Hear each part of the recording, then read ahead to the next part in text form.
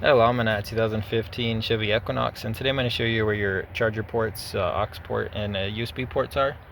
So first, right up here, you should see a charger port right there under this cover. You can pop open. And then in the center here, you'll see a charger port on bottom, and then an aux port and a USB port.